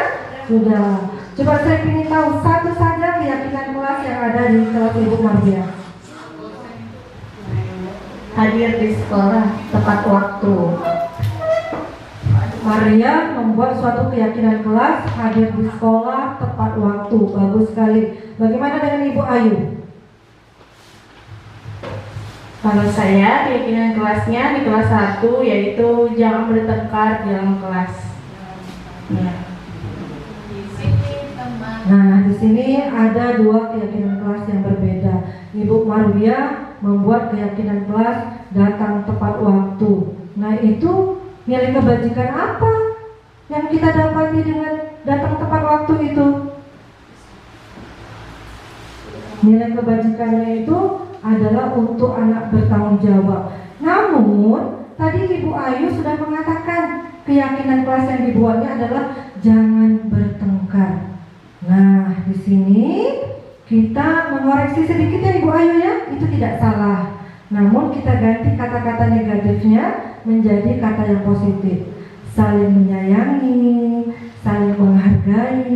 Nah, ketika dia sudah mulai saling menyayangi dan menghargai, tentu dia tidak mau bertengkar lagi dengan temannya. Nah, jadi seperti kita suka jangan buang sampah sembarangan, itu masih kalimat negatif, jangan. Jadi sebaiknya kita ganti dengan buanglah sampah pada tempatnya. Jadi di sini untuk membuat keyakinan kelas kita menggunakan kata-kata yang positif yang ada nilai kebajikannya. Nah, keyakinan kelas itu awalnya dari peraturan kelas, kemudian berubah menjadi keyakinan kelas agar ada nilai kebajikan yang dituju. Setelah kita membuat keyakinan kelas, dengan kalimat-kalimat yang positif, berarti di situ kita sudah membuat lingkungan di kelas kita itu menjadi positif, seperti saling menyayangi, datang tepat waktu, buang sampah pada tempatnya. Nah, dari lingkungan yang positif timbullah budaya positif yang baik yang akan kita lakukan bersama-sama di sekolah kita ini. Jadi untuk membuat keyakinan kelas itu bukan diri kita pribadi yang membuat, kita berembuk bersama anak didik kita. Jadi membuat keyakinan kelas itu bersama-sama. Dengan membuat bersama-sama mereka lebih ingat dan lebih termotivasi untuk melakukannya. Jadi Ibu Ayubnya sudah bagus sekali ya, untuk kelas 1 itu jangan berkelahi. Nanti diganti saling menyayangi dan menghormati. Ya. Selanjutnya Ibu Mar. Nah, di sini bentuk kata-kata peraturan itu selalu kembalikan buku ke tempatnya. Keyakinan kelas atau nilai kebajikan yang dituju adalah tanggung jawab. Dilarang mengganggu orang lain. Untuk keyakinan kelas dan nilai kebajikannya menghormati orang lain dan diri sendiri. Hadir di sekolah 15 menit sebelum pembelajaran dimulai. Menghormati orang lain, komitmen pada tujuannya. Selanjutnya, dilarang melakukan kekerasan. Dilarang melakukan kekerasan, ini tujuannya atau nilai kebajikannya itu untuk keselamatan dan untuk menghormati orang lain. Selanjutnya, dilarang menggunakan narkoba. Setuju tidak kalau dilarang menggunakan narkoba itu nilai kebajikannya itu kita mendapatkan kesehatan? Apakah setuju Bapak Ibu semuanya? Setuju. Nah, kemudian kalau misalnya ada ini, gunakanlah helm ketika berkendara. Itu apa nilai kebajikan yang kita dapatkan? Nah, keselamatan juga. Bukan kita pakai helm itu karena ada polisi, tidak. Ya, jadi di sini keyakinan pada diri kita sendiri bahwa aku pakai helm bukan karena ada polisi, itu untuk keselamatan kita dan kenyamanan kita juga. Selanjutnya, bergantian atau menunggu giliran. Nih, bergantian atau menunggu giliran ini menanamkan sikap kepada anak peserta didik kita untuk sabar dan juga menghormati orang lain. Selanjutnya ada gunakan masker. Tentu saja masker itu digunakan supaya kita untuk melindungi kesehatan kita dan keselamatan kita dengan adanya wabah-wabah atau virus yang sedang merebak. Selanjutnya, jangan berlari di kelas atau koridor. Itu keyakinan kelasnya itu untuk keselamatan dan keamanan. Jadi, bagaimana kata-kata yang harus kita tuliskan dalam keyakinan kelas itu? Bagaimana Bapak Ibu? Berjalanlah dengan tenang, dengan tertib, berjalanlah sesuai dengan koridor yang sudah dipasang. Jangan pakai jangan. Nah itu, jadi kita kalimat-kalimat negatif itu untuk kedepannya kita ubah menjadi kalimat positif untuk membuat suatu keyakinan kelas. Nah di sini dijelaskan lagi, keyakinan kelas bersifat lebih abstrak daripada peraturan yang lebih rinci dan konkret. Keyakinan kelas berupa pernyataan universal. Pernyataan keyakinan kelas dibuat dalam bentuk positif. Keyakinan kelas hendaknya tidak terlalu banyak sehingga mudah diingat dan mudah dipahami. Keyakinan kelas sebaiknya sesuatu yang dapat diterapkan di lingkungan tersebut. Semua warga kelas ikut berkontribusi dalam pembuatan keyakinan kelas lewat kegiatan curah pendapat. Bersedia meninjau kembali keyakinan kelas dari waktu ke waktu. Nah ini seperti yang tadi saya ungkapkan, dalam membuat keyakinan kelas itu bukan idenya dari guru saja. Kalau dari gurunya pasti maunya yang begini supaya anak saya begini, tetapi tidak. Kita tanyakan tingkat kenyamanan peserta didik kita itu di mana. Nah kalau kita sudah berduduk sama-sama, dia lebih ingat dan lebih termotivasi untuk melakukannya. Kemudian juga mengganti dengan kata-kata yang positif, ya, dibuat dalam bentuk positif. Kemudian keyakinan kelas itu boleh tidak diganti? Boleh. Misalnya semester 1 keyakinan kelas ini yang kita buat ini sudah terwujud, sudah terlaksanakan, sudah nampak hasil dari keyakinan kelas itu. Untuk semester 2 kita membuat keyakinan kelas yang lebih disiplin lagi, yang lebih konkret lagi, sehingga betul-betul menciptakan budaya positif di sekolah kita. Jadi bisa diganti ya Bapak Ibu ya, per semester atau per tingkat kelasnya. Selanjutnya Ibu Mar. Nah, di sini kemarin saya sudah membuat dokumentasi sosialisasi keyakinan kelas dengan anak didik saya di kelas 5B, dan juga Ibu Marwiah juga sudah membuat bersama anak-anak didiknya di kelas 5A. Saya yakin Bapak Ibu juga sudah membuat. Nanti jika ada waktu dan kesempatan, kami akan datang ke kelas Bapak Ibu untuk mendokumentasikan keyakinan kelas yang ada di sekolah kita. Nah, selanjutnya segitiga restitusi. Segitiga restitusi ini adalah kelanjutan dari posisi kontrol seorang guru yang menjadi apa tadi Bapak Ibu? Menjadi manajer. Nah, disinilah dia akan dikupas tuntas segitiga restitusi. Proses menciptakan kondisi bagi murid untuk memperbaiki kesalahan mereka sehingga mereka bisa kembali pada kelompok mereka dengan karakter yang lebih kuat.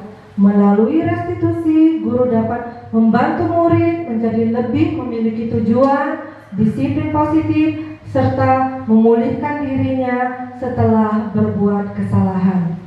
Selanjutnya juga membantu murid untuk jujur pada diri sendiri dan mengevaluasi dampak dari kesalahan yang telah dibuatnya. Kemudian memberikan penawaran, bukan paksaan. Di dalam segitiga restitusi, ada nilai-nilai apa yang telah kita sepakati. Kamu ingin menjadi orang seperti apa? Kamu bukan satu-satunya yang pernah melakukan ini. Setiap orang pasti pernah melakukan kesalahan.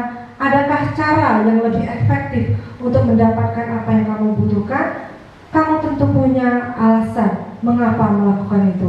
Nah, dalam segitiga restitusi ini ada 3 langkah yang harus dilakukan. Yang pertama adalah menstabilkan identitas. Yang kedua, validasi tindakan yang salah. Selanjutnya, menanyakan keyakinan.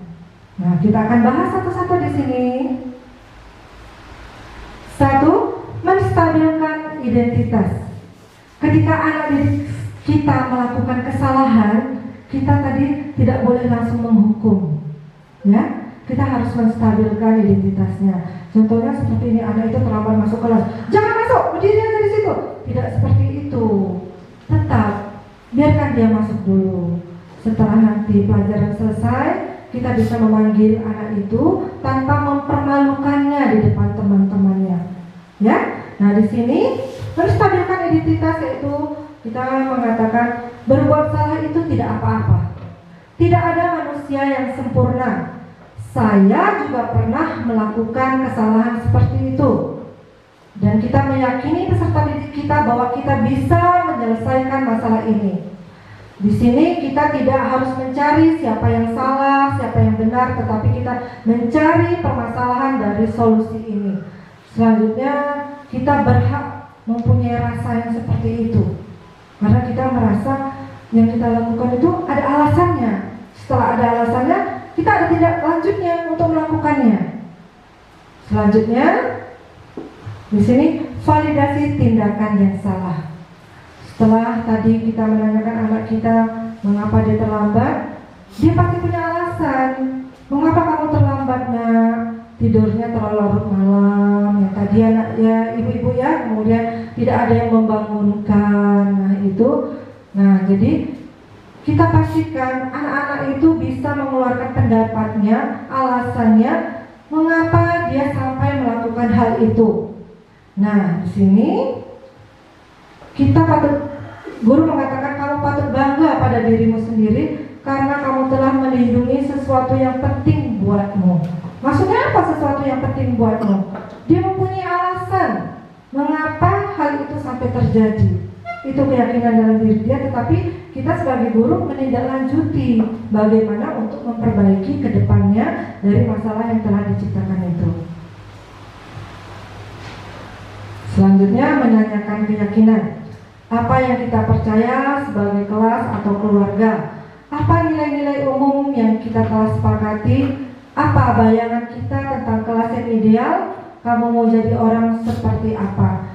Nah, setelah anak tadi melakukan kesalahan dan kemudian dia mengatakan dia akan mengubahnya dengan cara begini, kita tanyakan lagi, apakah yang dilakukannya itu sesuai apa tidak dengan keyakinan kelas yang sudah kita buat tadi. Nah, dia pasti ingat itu, bahwa keyakinan kelasnya tadi datang tepat waktu. Apa yang dilakukannya ketika dia datang tidak tepat waktu? Mengganggu teman-temannya yang sudah belajar, tidak menghormati orang lain. Jadi tidak sesuai dengan keyakinan kelasnya.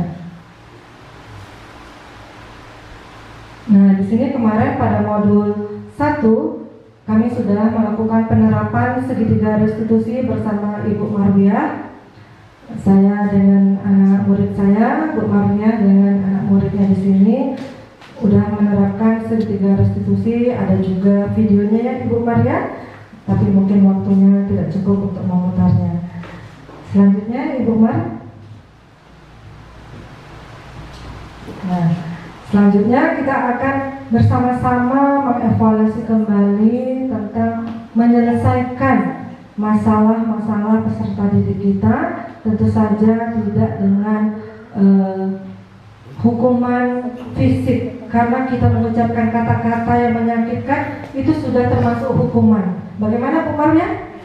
Ya, jadi hukuman itu bukan hanya hukuman fisik. Kamu ini, nah tidak seperti itu, tetapi mata kita melotot itu sudah termasuk penghukum, menghukum anak sehingga dia takut dengan kita. Kemudian dengan kata-kata yang menyindir itu juga sudah termasuk hukuman bagi anak diri kita. Nah, di sini Bapak Ibu ada yang ingin berbagi kisahnya dalam menangani peserta didiknya. Apakah sudah pernah melakukan restitusi segitiga yang saya praktekkan dengan Ibu Maria? Silakan Bapak Jenal kalau ada pengalamannya.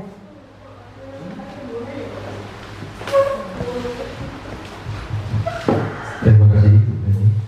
Untuk pengalaman saya tentang menggunakan segitiga ini, itu ada sedikit miss. Maksudnya gini, ketika kita penggunaan dari misalnya kita menganggap membuat anak itu akan berbicara kepada kita apabila dianggap berteman, ternyata anak tersebut ternyata bersama temannya itu kurang akrab, bahkan sering dibully. Jadi pada saat kita merasa kita berteman dengan anak itu menganggap kita itu teman seperti itu. Jadi ada sedikit yang dia simpan, tidak seutuhnya dia kasih tahu. Seperti itu. Terima kasih.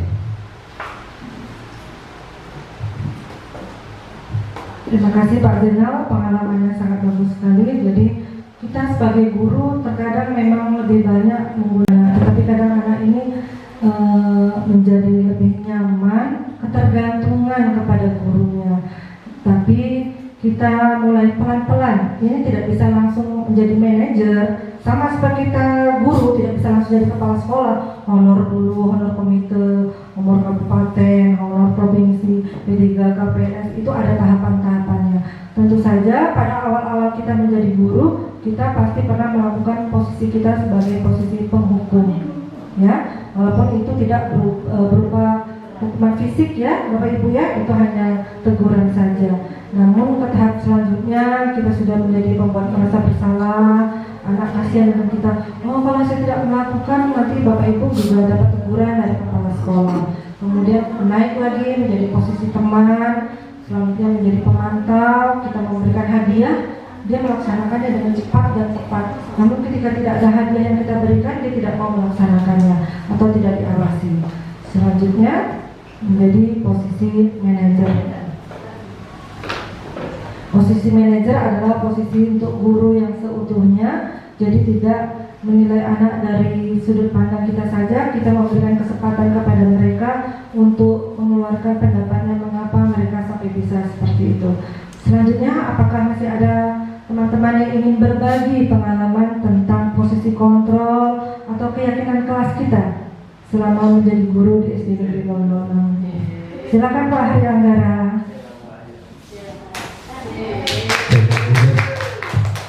Baik, terima kasih tadi penjelasan dari Bu Maria dan Bu Eni. Di sini saya cuma pengen menguatkan kembali materi ini juga sebenarnya sudah pernah saya sosialisasikan dulunya. Jadi dari 5 posisi kontrol itu, yang paling bagus itu manajer. Kembalilah kepada Bapak Ibu, mau pilih yang mana?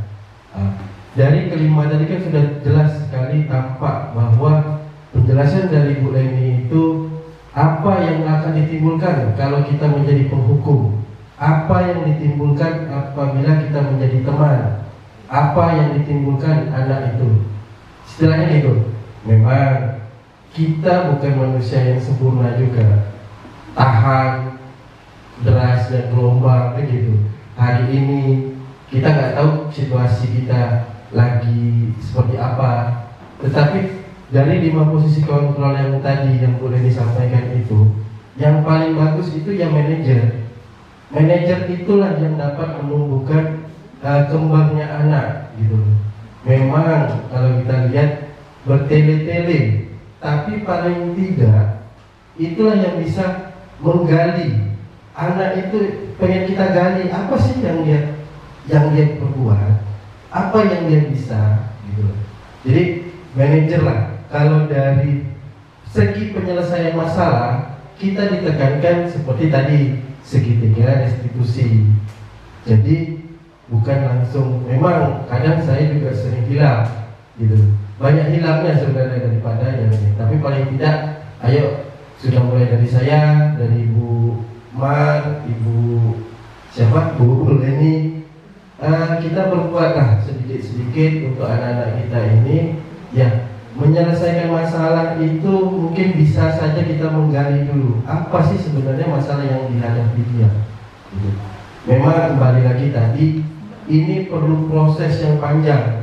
Kadang nggak mungkin ada anak aja kemarin ngerokok itu nggak laku kalau dia beli, tapi kita ajak dia ngobrol lama, ujung-ujung laku dia beli. Jadi kan kita nggak bisa juga. Kenapa? Ya karena dalam kepolisian juga alat buktinya cuma satu, rokok yang ada, tapi kan tidak tahu itu dapatnya dari mana gitu. Baik, mungkin Bu Leni, saya cuma ingin menguatkan kembali untuk kita bersama sebenarnya. Di sini saya makin kuat kembali bahwa posisi yang paling bagus yang disarankan ke kita ini adalah posisi manajer. Ya Bapak Ibu mungkin tahu di mana sih manajer di dalam suatu perusahaan, ya kan? Manajer itu punya andil, punya kuasa. Dia bilang hari ini kita berhenti, ya berhenti. Hari ini kita tambah waktu. Mungkin itu ya. Terima kasih Bu Leni atas waktunya. Nanti kita bisa saling sharing lagi di materi-materi yang lain. Terima kasih Bu Leni. Terima kasih kami ucapkan kepada teman-teman semua dan juga khususnya kepada Bapak Hari Anggara yang telah memberikan penguatan kepada saya untuk kita sama-sama mengevaluasi diri kita, melaksanakan budaya positif dan juga melaksanakan tugas kita dengan baik, tentu saja dengan posisi manajer. Ini tidak bisa instan ya Bapak Ibu, kita coba sedikit demi sedikit. Apakah masih ada tanggapan lagi Bapak Ibu sebelum kita tutup acara ini? Ya, Bapak Zainal. Ya, terima kasih Bu Leni kesempatannya. Tambahan. Sebetulnya saya masih sedikit agak miss juga tentang segitiga ini dengan manajer sebagai manajer. Karena gini, seperti yang ditampilkan itu kan itu anak SMA loh. Tapi apabila dikenakan pada posisi itu kepada anak SD, apakah yakin anak yang tidak mengenal dengan manajer itu tiba-tiba dia akan mengungkapkan semua apa yang diinginkan kepada dia, kecuali temannya? Terima kasih. Terima kasih Pak Zainal. Nah di sini memang kita tidak bisa secara langsung menggali apa alasan anak tersebut. Namun sebelum kita menduduki posisi manajer itu kita sudah pernah menjadi teman, ya kan? Sudah pernah menjalani posisi kita sebagai teman. Jadi kita punya trik lah bagaimana anak itu mau kita tanya dengan lemah lembut, kemudian apa dampak dampak dari yang dia lakukan. Nah, seperti itu Pak Channel ya. Terima kasih sekali atas tanggapannya.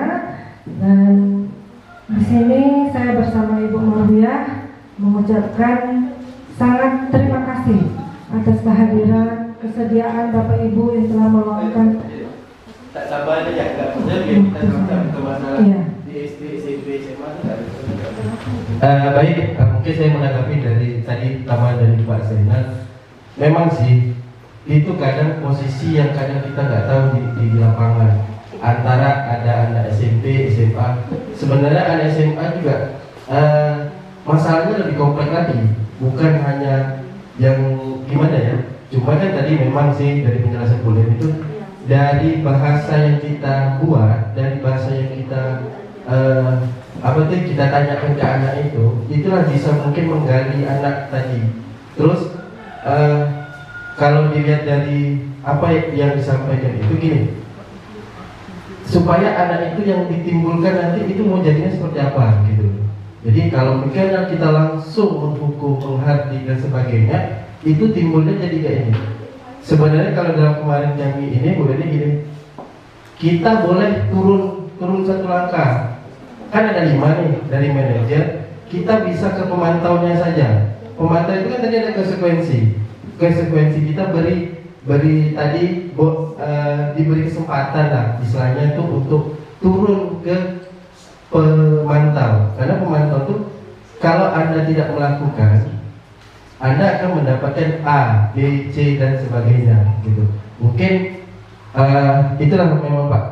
Kadang kita di lapangan ini kadang kompleks sekali. Anak SMA sekalipun juga belum bisa mau ngobrol yang enak gitu loh. Cuma dari penjelasan tadi, kalau misalnya dari posisi yang paling baik itu ya cuma manajer, dan insya Allah yang akan ditimbulkan nanti dalam penyelesaian masalah itu ya seperti misalnya anak itu tidak kayak tadi kan, kalau teman itu misalnya anak akan berpikir kalau nggak ada si A saya nggak akan buat gitu, nggak ada si B saya nggak akan kerjakan gitu.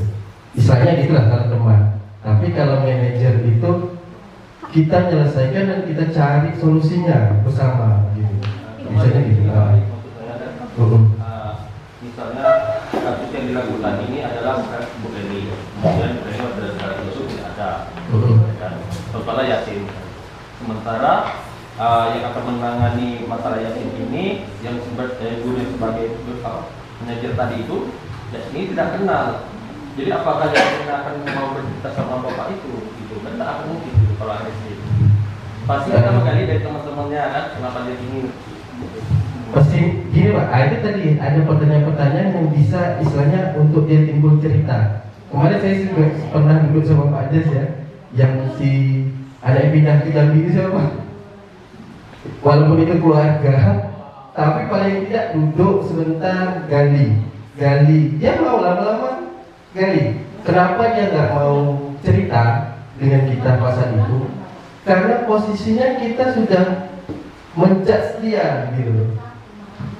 Kita udah marah dulu, udah nampak misalnya tanduk lah gitu. Nggak akan ada tuh nggak akan cerita. Tapi kalau kita duduk santai, biarkan dia ini, insya Allah saya yakin aja lah. Tapi karena saya nggak bilang saya pinter nggak gini. Tapi saya sudah buat 2-3 kali, kayaknya anak itu baru mulai mau cerita. Gitu. Memang penyelesaiannya ini yang kadang kita kebentur. Kadang anak-anak ini kan labil, hari ini berubah, emosinya tuh masih labil kata orang, masih tahu tempe, pagi tahu, siang tempe gitu. Jadi terkadang memang penyelesaiannya tapi paling tidak ini lah Pak, biar waktu lama aja, kita duduk lama-lama sebentar, duduk, kita tanya dulu hobi dia, cerita itu lama-lama mungkin nanti kita proses juga dia mau cerita gitu. Nah, jadi selainnya memang yang posisi manajer inilah yang kadang memang yang dibutuhkan sekarang. Paling kita dikasih ini cuma ke pemantau, memberi konsekuensi. Kalau tak buat PR, berarti engkau harus ber-PR, kayak gitu lah rasanya. Tapi ya, nanti kalau bisa itu dah ibarat kita dah gak ada jalan lagi, kita mulai balik ke pemantau, kita balik lagi ke manajer. Istilahnya gitu Pak. Mungkin itu Pak, misalnya penjelasannya kita biar sama-sama. Karena teman ini gini, saya gak mau jadi gini. Anak Pak Anjas, kalau Pak Anjas tak ada, dia tak mau tuh dengar apa kata kita. Ah itu kan teman dulu, ya kan? Itu yang tadi pun. Sama juga ada Bapak. Kalau Bapak tak ada, saya sekolah mati istilahnya nak nyamakan. Ah gitulah istilahnya. Sama juga yang mungkin kalau Pak Adi tak ada, ya udah selesai aku bisa ini ya gitu. Jadi kalau teman tuh itu yang bakal ditimbulkan. Tapi kalau manajer ada tak ada kita, dia sudah membumi, istilahnya sudah merakar. Oh ya ini tanggung jawab saya, ini kerjaan saya. Mungkin itu Pak penjelasan saya ini sedikit. Ya boleh nih, mohon maaf. Ya kalau memang itu nanti kita kaji lagi lah masalah ini. Terima kasih. Terima kasih Pak Hari dan Pak Zainal. Nah disinilah yang kita butuhkan untuk diskusi bersama mencapai pembelajaran bersama, evaluasi diri kita sebagai posisi manajer. Memang ini tidak mudah dan tidak bisa dilakukan secara instan. Kita mulai merangkak dulu dari bawah, menjadi temannya dulu. Setelah nyaman menjadi teman, kita pantau dia, kemudian baru kita bisa menjadi manajer. Nah dari sini kita bersama-sama untuk mengubah budaya positif di dalam sekolah kita. Itu saja yang dapat saya sampaikan hari ini. Terlebih kurang saya mohon maaf. Saya akhiri dengan wabillahi taufiq wal hidayah. Wassalamualaikum warahmatullahi wabarakatuh. Waalaikumsalam warahmatullahi wabarakatuh. Untuk